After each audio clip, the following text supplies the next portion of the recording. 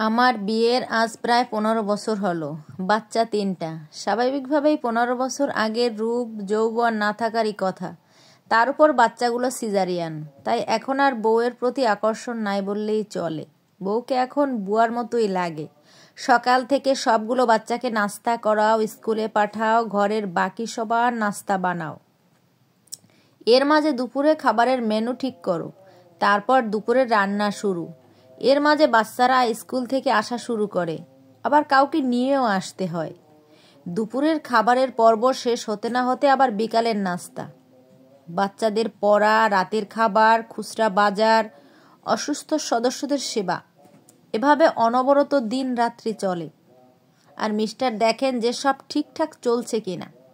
নিজের খেদমত, বাচ্চাদের লেখাপড়া, বাবা মায়ের খেদমত সবই চলছে। শুধুমাত্র সামান্য ব্যত্যয় ঘটলেই সিংহপুরুষের গর্জন শুরু হয়।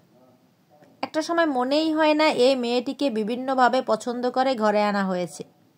মনে হয় 2-3টা কাজের মানুষ রাখলেই এই কাজগুলো সঠিকভাবে সমাধান হয়ে যেত। লাবণ্য হারিয়ে যাওয়া, শারীরিক এবং মানসিকভাবে বিপদগ্রস্ত মহিলাটিকে আর লাস্যময়ী লাগে না। ঘরের চাইতে বাইরে সময় কাটানোই শ্রেয় মনে হয়। যারা ধর্মচর্চা করেন তারা খুঁজে খুঁজে স্বামীর অধিকারের আয়াত এবং হাদিস বের করেন, কিন্তু স্ত্রী অধিকারের আয়াত ও হাদিস এড়িয়ে চলেন। কখনো কখনো অসহ্য বেদনায় কষ্ট মুখ দিয়ে উদ্গীরণ হলে সিংহপুরুষের হুঙ্কার, বের হয়ে যাও ঘর থেকে, দরজা খোলা আছে। শুধু মেয়েটি বলতে পারে না, আমার 15 বছর আগের আমাকে ফেরত দাও। নিদারুণ বাস্তবতা থেকে কথাগুলো লেখা, কোনো এক আপুর ডায়েরি থেকে নেওয়া। কথাগুলো প্রত্যেকটা মেয়ের ক্ষেত্রে সত্য।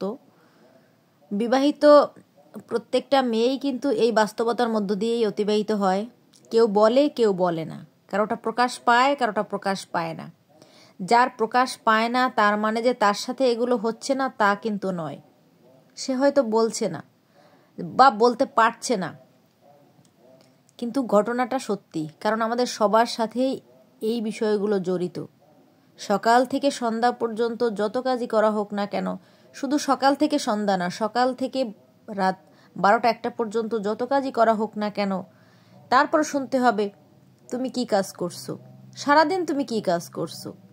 এই কথাটা শোনার পর কিন্তু মেয়েদের আর কাজের প্রতি কোনো আগ্রহই থাকে না। কিন্তু যত আগ্রহ নাই থাকুক, পরের দিন আবার ভোরবেলা থেকে তাদের কিন্তু আবার দিন শুরু করতে হয়। সে একই রুটিনে কাজ, একই নিয়মে কাজ। কোথাও যদি এর ব্যত্যয় ঘটে তখনই কিন্তু অশান্তি শুরু হয়ে যায়। এটাই সত্যি, এটাই বাস্তব।